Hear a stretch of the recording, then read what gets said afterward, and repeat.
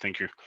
Sanibonani, bonjour, Jambo, Moroi, Ninjani. Welcome to another episode of Combat Control Center. Today we are going to be talking all things wrestling with one of the biggest wrestling fans that I know in my world, Mr. Johnny Infinite, a hip hop producer and rapper based in Zimbabwe. Johnny, thank you so much for joining me today. Thank you for having me. Thank you. You're a bit older than I am. Is there any shame in people our age being wrestling fans from an African context? In the States, it seems like, when sometimes when the camera goes into the crowd, you see people way older than us, red faces, loving what they're seeing, spilling their popcorn, carrying their kids to the shows. Is there any shame in being a wrestling fan over the age No, of no, 22? not at all. I don't think so. The reality is, especially in the world that we are in right now, entertainment is very crucial. Especially given the fact that we are in a pandemic right now, a worldwide pandemic. Entertainment is very crucial. I don't think there's anything wrong with blowing off steam. I don't think there's anything wrong in having a hobby. So no, I don't think there's any shame whatsoever. And keep in mind, the guys who are actually doing these things are some of them are a lot older than us. Yeah, definitely. But then that brings the next question. So we've established the basis of the discussion. There's no shame in being a wrestling fan, and I'm not going to throw shade, at any wrestling fans out there. But I just wanted to bring you on board so that we can discuss all things wrestling. And they do tend to call it sports entertainment. What does that mean? Is wrestling a sport or is it purely entertainment? So it's both. It's entertainment in the sense that there are stories that are being told. There's a lot of sportsmanship. The characters that are being portrayed in it. It's choreographed in many senses. So it's entertainment in that sense. It is then considered a sport because these guys are athletes. There's a debate about whether or not we can call it fake. For example, we've had situations where MMA fighters then have arguments with wrestling superstars on Twitter about whether or not it's fake. And the argument the wrestlers usually use is that, well, it's not fake because we are athletes. Our bodies do have to be conditioned. For us to do the things that we do at the rate that we do them, we have to be athletes. The big biceps that John Cena and Hulk Hogan have are not just for show. They need those to be able to perform their craft and to do it as often as they do, because many of these guys are probably working five nights a week. No, totally. I'm with you there. And the element of it is, when it comes to sports entertainment, I think it's aptly named. It's correctly named in the sense that it does, involve a lot of sporting athletes who could translate to various sports and probably do well to various degrees. I mean, we've had a lot of guys that failed to make the NFL moving on and becoming wrestlers. It's now a bit of a norm. There's a Greg Hardy who's fighting in the UFC, and a few other guys that played, college NFL that are in the MMA world. And so there are athletes in there, and there is an entertainment element. I think one thing that DSTV and MultiChoice have been able to do by giving us the WWE channel has been to actually break it down for fans, and just give them a bird's eye view or a fly on the wall type of view into the world of the entertainment side of wrestling, with seeing the guys that write down the storylines in the background and that create these various scenarios. But one thing that I wanted to talk about is, we understand that there's a lot of athleticism that needs to go into wrestling, but is it only the athletes that can have a wrestling career? From my opinion would be a solid yes. Just from the sense of having cardio, your cardio down altogether. You're running from rope to rope. Your strength, you need to be able to lift up your opponents, and those guys are big. I had the opportunity some years ago for me to go and watch a live show in Johannesburg. And I realized that some of the guys that we think are small when we see them on TV are actually probably 6'2". Daniel Bryan, for example. So I'm about 6'2". Daniel Bryan is what we consider a small wrestler. One of not what you the consider. He is a small wrestler. What do you mean? Daniel Bryan is a small wrestler, but he's 6'2", and also quite built. Okay, so you're basically saying 6'2" is 1 meter 80 something, correct? Yeah. So yeah, and okay, in the so normal there's a lot of in the giants in normal there. world, yeah. So I mean, because in the normal world, you wouldn't call someone who's 1.8 inches short. True. So these guys are big. Now imagine you're trying to you need to pick up and suplex a 1.8 meter person who's buffed up. You need strength training for you to be able to do that. Just body conditioning. Like I said earlier on, that these guys most of the time are working 5 days, 5 nights a week, and then they also need to travel in between that. So it's 5 nights a week. Sometimes you're in a different town every night. So it's not something, and this is the kind of stuff that offends wrestlers when people then say, try and make it seem as if these people are not athletes, because you put your body through so much punishment for you to do this. You can't just walk into a wrestling ring and do what they do at the rate that they do. Noted. You put it very well. But when you say five nights a week, just from an interest stake perspective, I do know there's 2 flagship shows. That will be Monday Night Raw and SmackDown, which I believe is performed on a Friday night, and there's pay-per-view that can be done on a Sunday, but that's not every time. So where does the 5 nights a week concept come from? Is that, do they work out the rest of the time, or are there other shows that the things that the wrestling obligations that they work on? Right. So when it comes to wrestling, and I'll use the format of the WWE, because that's the biggest sports entertainment company that we have in the world right now. Please do. What you have is you have 3 things. You have the televised shows. We would know that is Monday Night Raw and then SmackDown. Then we have the pay-per-views. These pay-per-views are done every 3 weeks to a month. So those are your WrestleManias, Royal Rumbles, SummerSlams. So we're saying that on some weeks already you're working the 3 nights. Then there are what they call house shows. A house show is something that I was very privileged to be able to attend a while ago in Joburg. These are not televised shows. These are shows where they're literally just touring, but like musicians. If you've ever seen a tour schedule for musicians, literally these guys are going from town to town every night. So, for example, when I got to watch a house show in Joburg, these guys had just come from 2 nights in Cape Town. Then they came for 2 nights in Joburg. Okay. Yeah. So yeah, go on. Yeah. So realistically, these guys are working the televised matches. They're working their house shows. This is only within a week, and then on some weeks they're then also doing the pay-per-views. So in the house show, what then happens? Do title fights happen in the house shows? Walk me through a house show. So our house show is very much like the televised shows that we see. Very similar to what Raw is like. Very similar to what SmackDown is like. The good thing about house shows is that because they're not televised, there's a lot more freedom for people to express themselves. They're a lot more experimental. They're also a lot more entertaining, but they are very similar to the televised shows that we're used to. And from I wouldn't know, but I'm assuming from the term house, does this mean that there's a limited number of individuals that could be let in from a fan perspective? Is there less fans than with the televised show?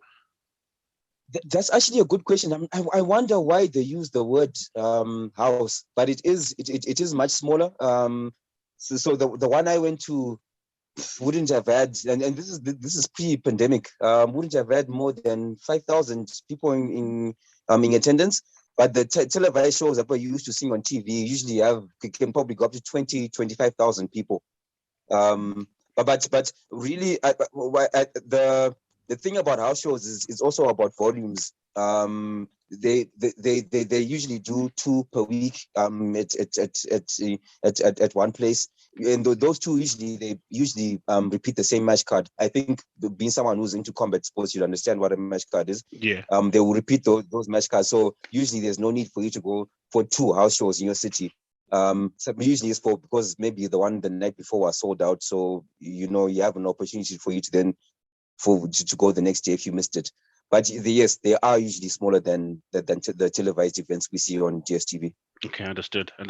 So we've spoken a little bit about the what it takes, but I still want to push back a little bit. I'm not saying, and I hope the littler people out there listening to the episode don't think I'm poking fun at them, but I do understand that you need to. So, from example, when I was asking to say, do you need to be an athlete? I was talking in the form of, people like The Rock.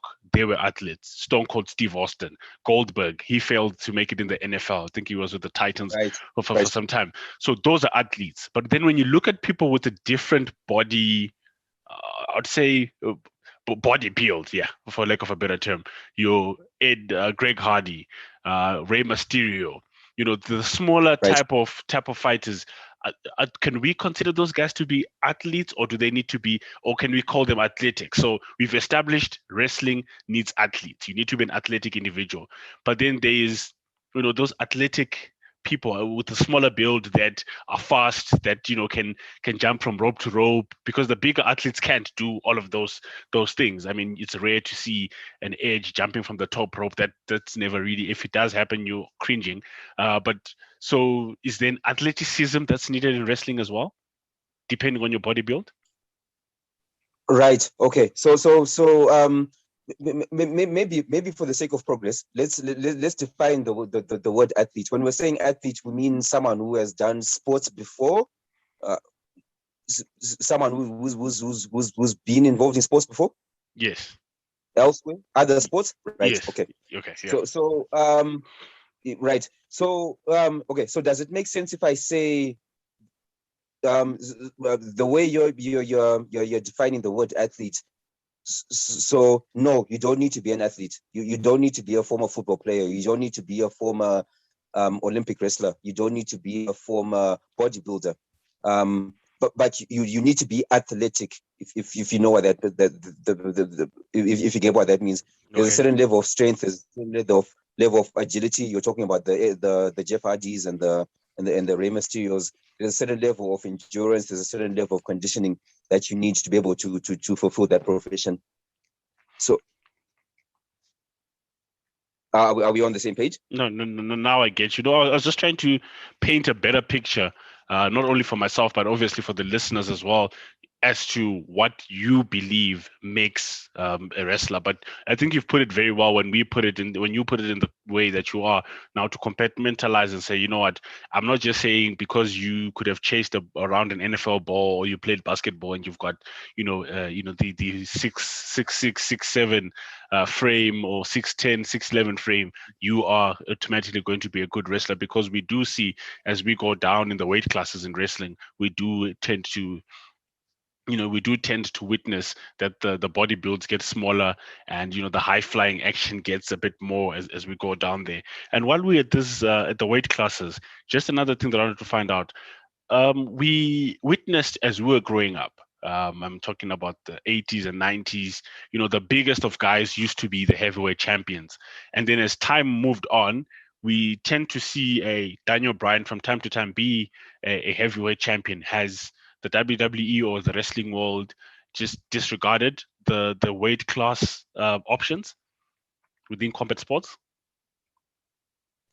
Yeah, the thing is with wrestling, like you said at the very beginning, there is an emphasis on entertainment, and there are situations where if it's entertaining for the smaller guy in inverted commas to be the champion, if it benefits the story that's trying to be told, those barriers will not be there. They are there in the sense that there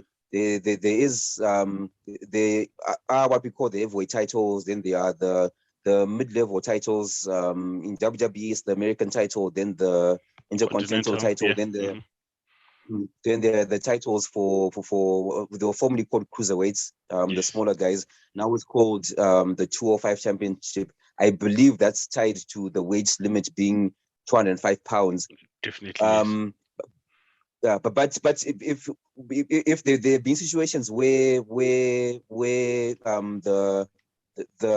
it benefits, it's entertaining for one of the smaller guys to win a heavyweight title, then yes, that opportunity is there for that to happen. We spoke recently about how Daniel Bryan won the world title at WrestleMania in very epic fashion, having beaten three big guys. He beats Triple H at the beginning of the show. At the end, he won a three-way match against Randy Orton and Batista. There was the year when Eddie Guerrero, who we grew up watching as a cruiserweight in WCW in the 90s, won in a main event at WrestleMania, and also the late controversial figure Chris Benoit winning at the same WrestleMania, and then the whole WrestleMania show. WrestleMania, for those who are not aware, is the WWE's Super Bowl. breadbasket, is their exactly their Super Bowl. And it ended with a picture of the two of them holding their two heavyweight titles together Together, with yes, stand side confetti by side. falling from the rafters. Crying, they were crying, I So think, holding their midsections, if I remember the picture correctly. But yeah, something like that. exactly. So where there is a good story to be told, those boundaries don't matter. Those guys can be pushed. But the unfortunate thing is, especially at the WWE, and maybe this is a subject for another episode altogether, is the issue that even though these guys are considered small, we can't run away from the fact that there always is a pressure on these guys to be as beefy as possible. That even though they're as small as they are, it is still good for them to be as big as possible. And that's why we have, over time, we've had all these huge steroid cases coming up, with sometimes Vince McMahon, the chairman of the WWE, being accused of downright telling people you need to take steroids, you need to get bigger. Obviously, the WWE, especially now, has a wellness policy to try address these issues and also just try fix the image of the company. But the pressure is there for you to be bigger, even if you are a small guy. Okay, noted, noted. I think you make a good point, and that's maybe like you're saying, maybe we should come back to that. But yeah, you spoke a lot about storytelling. So basically, you're saying, the WWE is not afraid to tell stories, to even push a smaller guy to maybe hold the heavyweight title, even though we know across the other sports the heavyweight title is reserved for the bigger boys. And I want to talk about the storytelling, like I did allude to multiple choice. Sorry, multi-choice, and their show, which is the channel, the WWE channel that runs 24 hours a day, has shown the storytelling side to wrestling. And one thing that I do like is they've managed to, for example, create DX. They managed to, disband DX as well, create Randy Orton as a legend killer, something that we would know in the early 2000s. Then we had, various things like Kane and Undertaker being brothers of doom and so on and so forth. I don't want to get down into those stories, but based on the storytelling that is done to create a scenario, create fights, does that then mean that the fights are 100% fixed? Um, but yes, but especially for an organization such as the WWE, which is so big, it is so stage managed. Also because there's so much at stake, simply because of the scale of the organization. Though those are fixed fights, we know what the people behind the scenes know what the outcome is. The two performers, or sometimes more, will go into a fight knowing what the outcome is. Yes. So yes, my understanding, my knowledge of the ongoings behind the scenes. There's no situation where two wrestlers are going to go out to the ring and they don't know what the outcome is going to be. So what then motivates? Because we've getting to a greater point here. We've ascertained Mm, that these individuals must be given their respect and called athletes for who they are.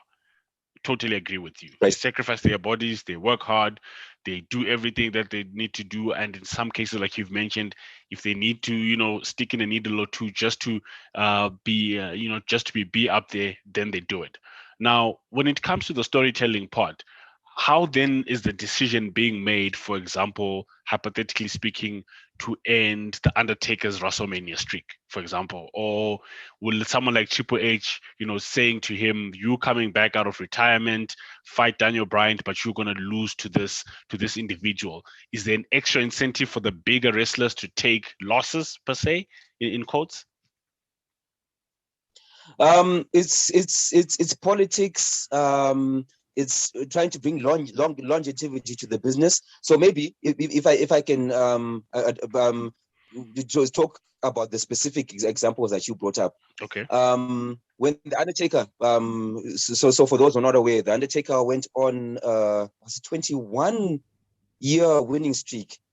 Was 21-year winning streak at WrestleMania, where he won at the flagship show, won for 21 years. There was a year where he didn't wrestle, but it was 21 consecutive wins.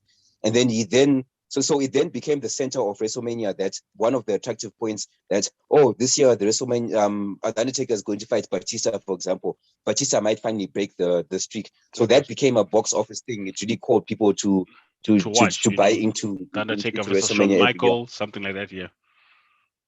Right now, at his 22nd WrestleMania, he was then fighting Brock Lesnar, who had just returned from the UFC, former UFC champion. Now, what happened was, so this is something I've done a great amount of research into. What Vince McMahon says is that Undertaker was actually the one who went to Vince, and this is what we're talking about. How these fights are actually fixed. They already know what the outcome is. And he went to Vince McMahon and he said, the term we use in wrestling is, I want to put someone over. If you want to make someone look good, you want to lose to them, you want to make them look strong, I'm ready to put I'm ready to put Brock Lesnar over. The reason for that being was because WWE had invested so much money in Brock Lesnar, and obviously being a crossover champion WWE, champion at UFC, now back, he was a huge draw. He was a huge box office gain for the WWE. He was the one who was going to carry the WWE for many years to come. The Undertaker on the other end was now coming towards the end of his career, not as athletic as he used to be. It's benefited the WWE if the Undertaker passed on the torch to somebody, made someone else look good.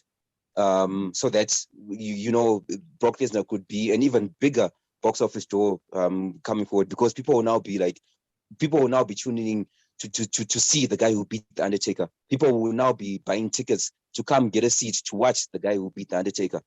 So those were the politics there, where you have situations where, if I can go back as even to the 80s, many of us still have the image of Hulk Hogan picking up and suplexing Andre the Giant at WrestleMania 3. Yes. It was the same thing. Andre the Giant was now far along in his career. His career was now drawing towards issues. Yeah. Exactly. And it was now time for him to pass the torch on to somebody else. And Hulk Hogan came along. It was time to make Hulk Hogan look strong, and put faith in him to carry the company. So Andre the Giant decided himself. Same scenario. Went to Vince McMahon and he said, "I think it's time for me to put somebody over, and I think that somebody should be Hulk Hogan."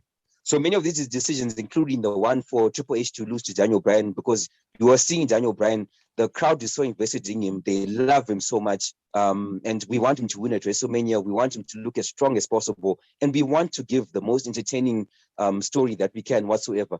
So Triple H would have taken it upon himself to be like, okay, I need to make this kid look good. So I'm going to come along as the legend everyone remembers me and I'm going to let this guy, I'm going to make this guy look good, and I'm going to let him win over me. Okay, so it is a bit of a selfless industry, as you put it. Yeah, selfless industry, and it's made clear to you when you come in that, look, we are going to give you money, we're going to give you fame, we're going to give you success, but look, when it's time for you to pass on the baton to somebody else, you need to be willing to do that for us. Noted. And has there ever been well-known instances of the fix going wrong, in the sense that maybe we've decided maybe a close, massive rivalry, late 90s, early 2000s was The Rock and Stone Cold Steve Austin. They had a lot of brawls between them. They were both massive stars at the time. I don't think we've ever had two massive transcendent stars at the same time in a Mm, long mm, time in, I in agree. in wrestling. So in that sense, has there ever been a The Rock, you must go in there and lose to Austin, and The Rock probably doesn't do that? Is there anything that has, anything of that sort that has ever happened that you're aware of? Yeah, yeah. So sometimes it does. The thing is obviously because wrestling is a multi-billion-dollar industry. Many of these issues will be kept under wraps if they can be kept under wraps. But there are others where, for example, when Stone Cold Steve Austin was now drawing towards the end of his career, he was asked to lose to Brock Lesnar. And he probably found out the day of the show, and he just simply didn't show up to work. So it was made, a very big deal of. He was fined by Vince McMahon at the show where Stone Cold Steve Austin was supposed to lose to Brock Lesnar. Vince McMahon had to come out and address the crowd and tell them, you know what, Stone Cold Steve Austin has let you as the fans down, he's let me down, he's let the WWE down, and so on. So there are situations like that. But then, like I said, you understand what because at the end of the day, it's a job, and you have to do what your boss tells you. And like I'm saying, in that instance, Vince McMahon fined Stone Cold Steve Austin. It was a hefty six figure amount that he was Wow, that he was fined. that's massive. So yeah, so those things do happen.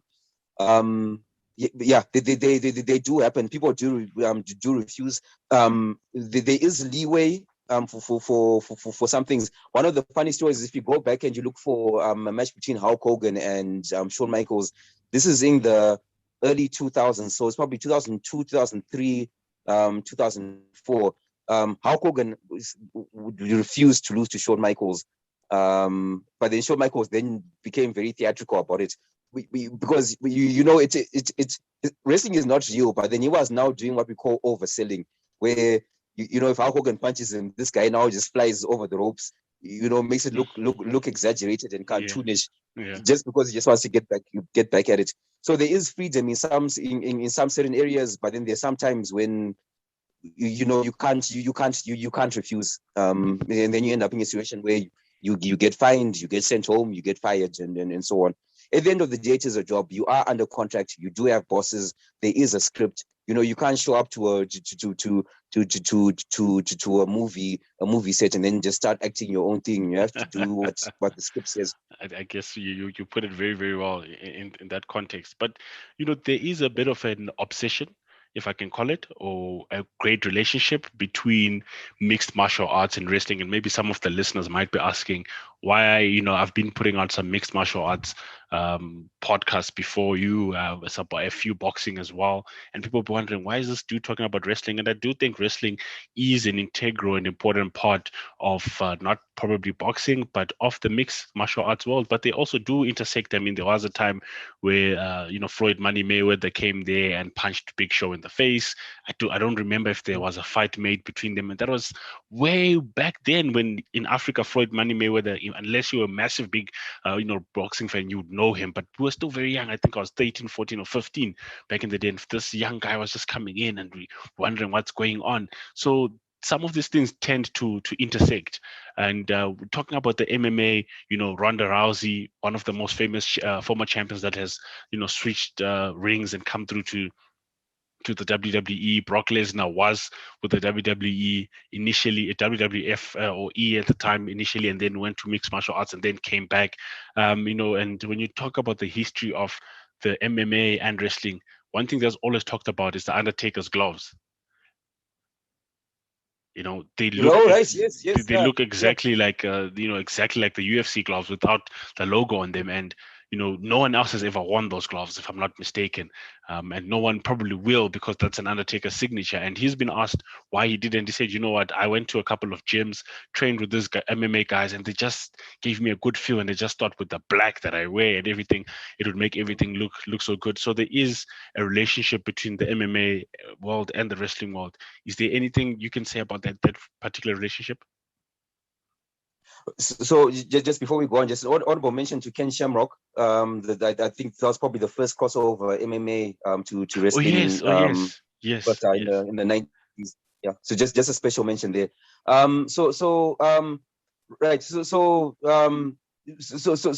besides just the issue of sharing talent, also especially with regards to just the showmanship that's now there in the MMA, and but not just the MMA, but even boxing as well.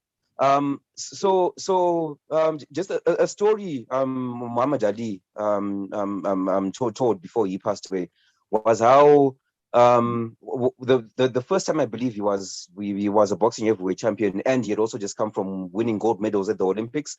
Um, so now he then realized that you know what, okay, so I'm good at boxing, but I still want fame, I still want money, I still want to fill seats, I still want to travel the world.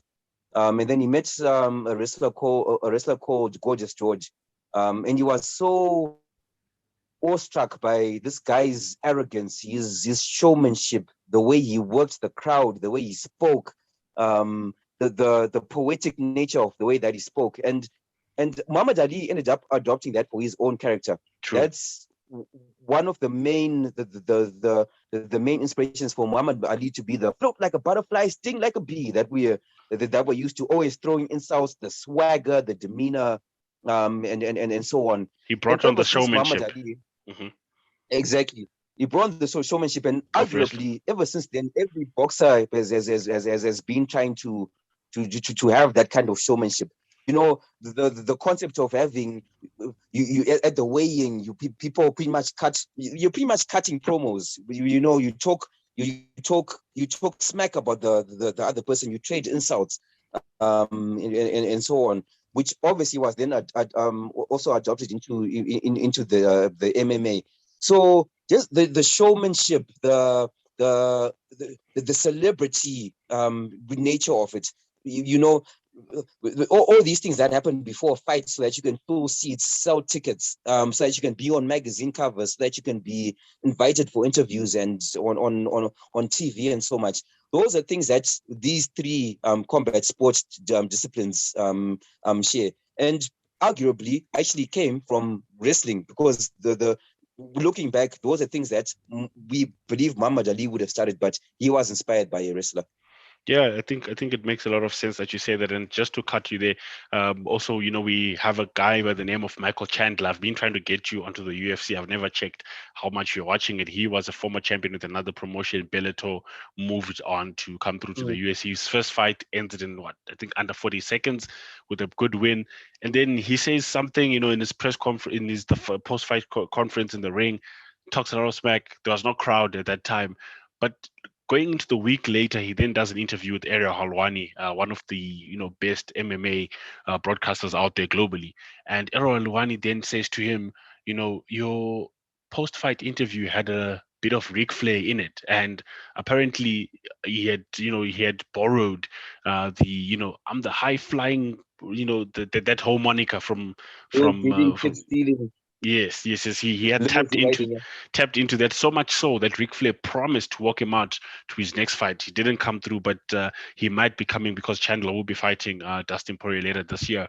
Not Dustin Poirier, but Justin Gaethje later on this year. So just to show you that there is a lot of intellectual sharing between the two bodies. But talking of these crossover stars, I know that WWE is looking at Gable Stevenson, who recently won the gold medal at the Tokyo Games, at the heavyweight gold medal at the Tokyo Games. There's also another Okay. Canadian Indian championship fighter who fights for one championship, which is a big, it's the MMA global leader from an Asian perspective.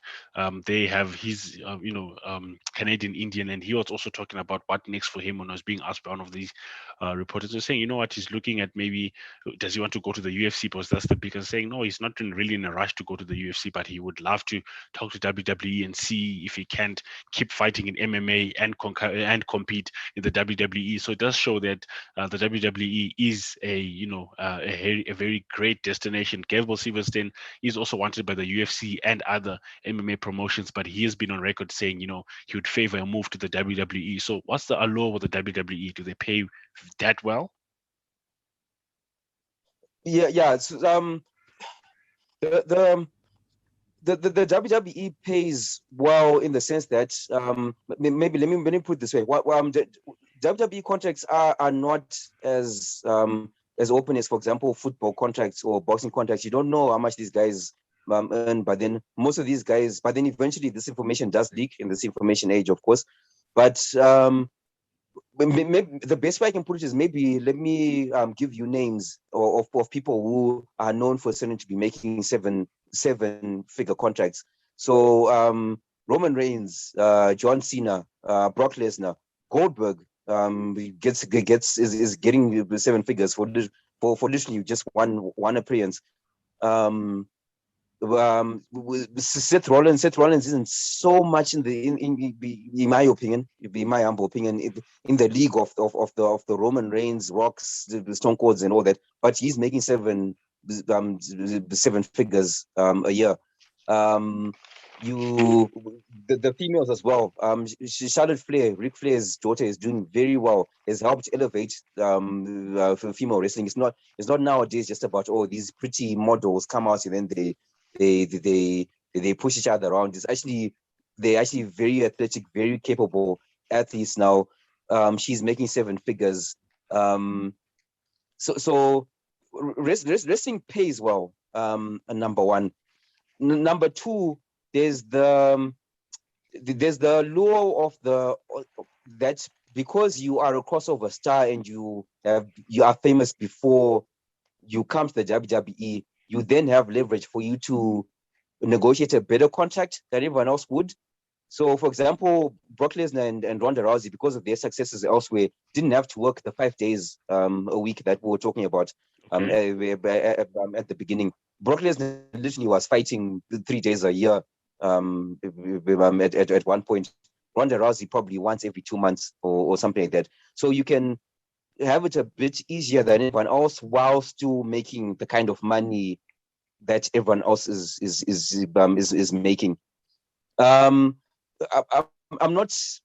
very interested to hear about the guys that you are talking about, because they seem young. The guys who are talking about how they favor WWE as a destination. Yeah, But they are quite young.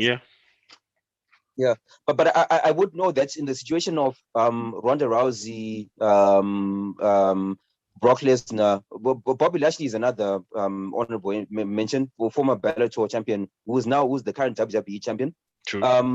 The thing is, WWE gives your career a certain level of longer. You can now prolong your career a bit more, because as much as taxing as wrestling is, it's nowhere near as brutal as literally taking fists to the face and knees to your rib cages all the time. So you can prolong your combat sports career by being at a place where it's not as heavily taxing, but then you are being paid as well. So that's the law of it. And we can't just run away from the fact that I mean, a lot of it is sentimental. Ronda Rousey came out dressed as Roddy Piper, simply because she grew up watching Roddy Piper and she idolized him. Yeah. So a lot of it is also just sentimental. You've grown up and you've now found a way to do something that you enjoyed so much watching when you were a kid. So not. Yeah, but you put it very well. Gable Stevenson is a 21-year-old, gentleman, and Arjun Bola is a 35-year-old gentleman, but he's from Canada, the One Championship Bola, and I'm sure the wrestling culture in Canada. If he's 35, he's probably in our age group, so he probably grew up on Bret Hart and Owen Hart and all the other Canadians that Mm. have, have been mega stars. So definitely there is a basis, and I just want to, end the show on a lighter note. But I do believe, and I'm going to take you up on this. There should be a second segment to this because there's a lot of unpacking that we can do with this particular combat sport.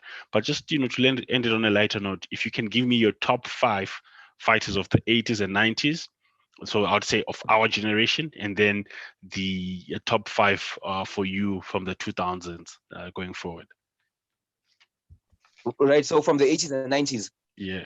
80s and 90s. So Stone Cold Steve Austin is going to show up on both lists because he gained fame in the late 90s. His career then winded down afterwards. I'd put him at number one simply because I've never seen anyone as charismatic as he was.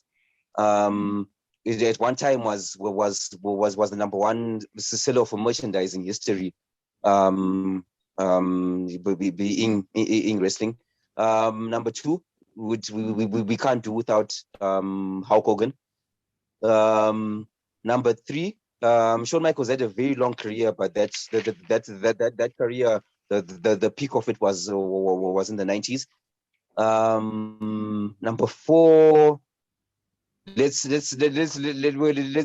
in some WCW guys. Maybe this is something we can also talk about on the next episode, because WCW generally did give WWE a run for its money in the 90s. Almost drove Vince McMahon out of business. I remember those days. So number four, let's but I feel bad leaving Bret Hart out.